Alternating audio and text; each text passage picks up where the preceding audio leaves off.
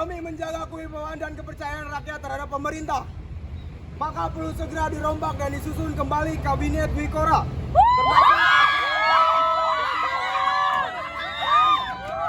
Dan orang-orang tidak kompeten dalam bidangnya. Didukung oleh rakyatnya.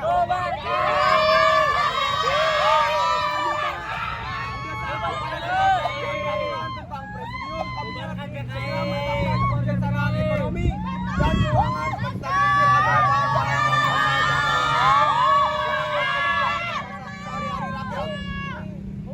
menolak dipraktekannya kebijaksanaan politik dan keuangan yang semata-mata didasarkan untuk kepentingan negara saja. Menyatakan sekali lagi untuk menuntut pemugaran PKI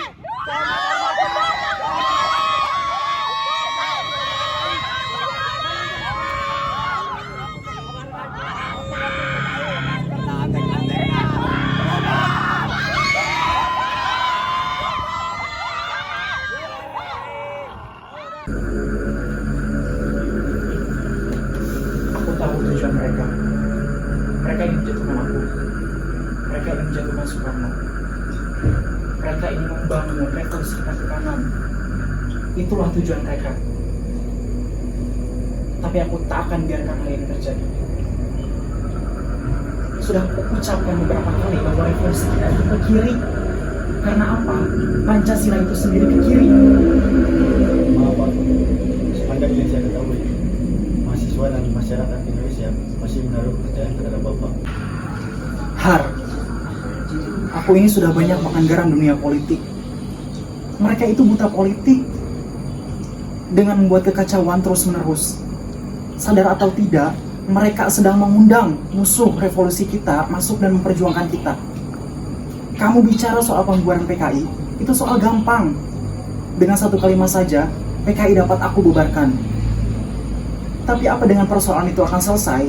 Tidak, malahan akan timbul persoalan yang akan lebih ruwet. Partai komunis di mana-mana akan lebih berbahaya kalau dilarang. Tapi Pak, kita bisa mengajak rakyat bersama-sama menghadapi bahaya gerakan komunis itu. Kita pisahkan rakyat yang anti dan pro komunis. Kita tutup semua celah yang mungkin bisa dimasuki komunis. Tak usah kaburi aku. Kau seorang prajurit. Kau hanya menjalankan apa yang kuperintahkan. Maaf Pak, saya tidak bermaksud dan tidak mungkin menggurui Bapak. Saya hanya merasa berkewajiban mengutarakan apa yang saya anggap baik buat bangsa kita. Mungkin Bapak masih ingat dulu ketika saya masih menjadi Panglima Jawa Tengah. Saya juga pernah memberanikan diri mengutarakan pada Bapak kecemasan saya melihat perkembangan Partai Komunis sudah pemilu 1955. Kamu memang keras kepala, tapi aku tetap percaya padamu. Karena itu dulu kau kuberi kepercayaan menjadi Panglima Mandala dan sekarang kau kuberi kepercayaan menjadi Panglima Komando, kemudian keamanan ketertiban. Aku harap kau tidak menyia-nyiakan kesempatan ini. Saya berterima kasih atas kepercayaan Bapak pada saya. Tapi dengan situasi sekarang, suatu jalur saya rasa sangat diperlukan. Saya ingin mengusulkan, kalau Bapak setuju, kita undang wakil-wakil mahasiswa menghadiri sidang kabinet di Bogor. Itu usulmu.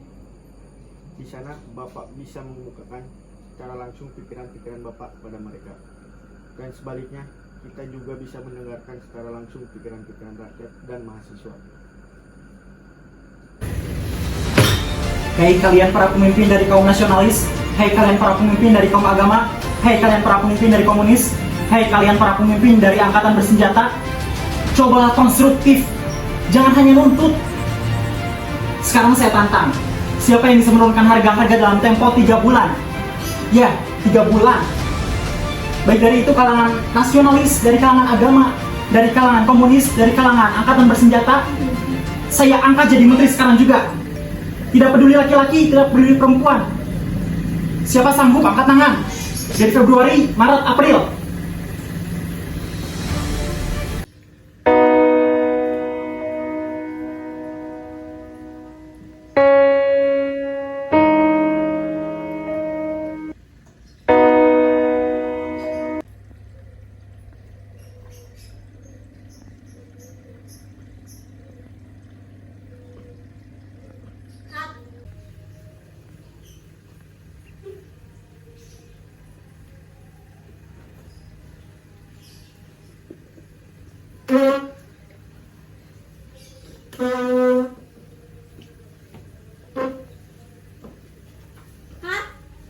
Turunkan harga! Turunkan harga!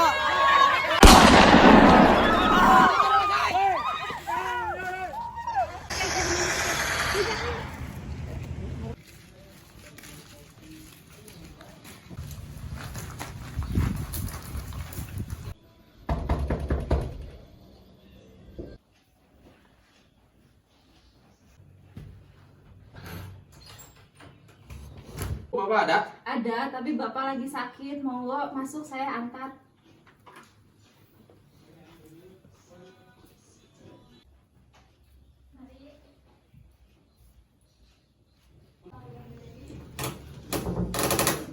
Silakan.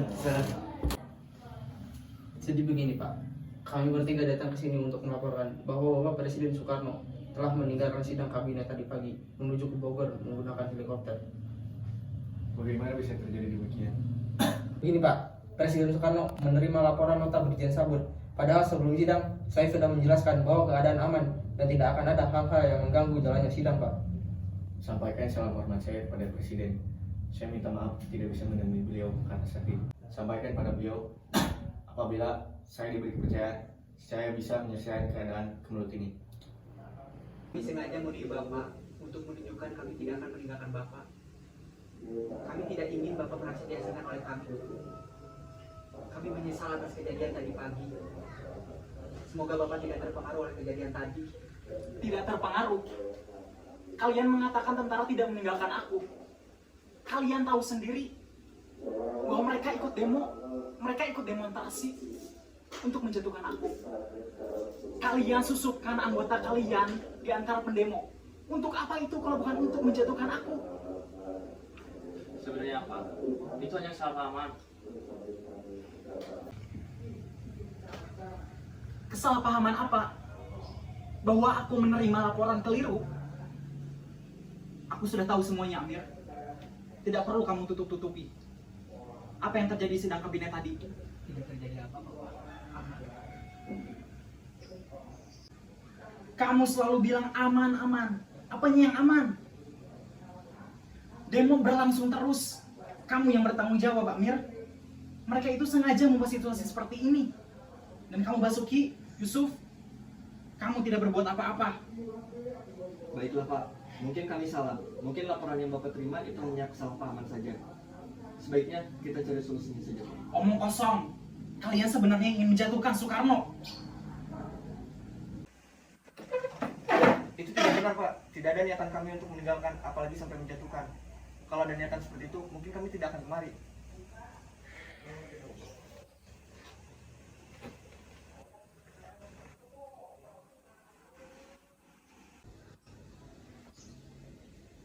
Ya sudahlah.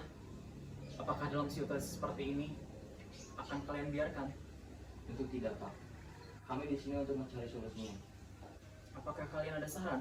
Saya kira Bapak segera memerintahkan Pak Harto untuk mengatasi segala keadaan. Betul Pak, Pak Harto juga tadi berpesan kepada saya. Dia sanggup untuk mengatasi segala keadaan jika ia diberikan kepercayaan. Kepercayaan apa lagi? Dia sudah aku beri kepercayaan, tapi malah suasana makin kacau. Mungkin kepercayaan lebih lanjut Pak. Apa maksudmu? Semacam surat perintah mungkin.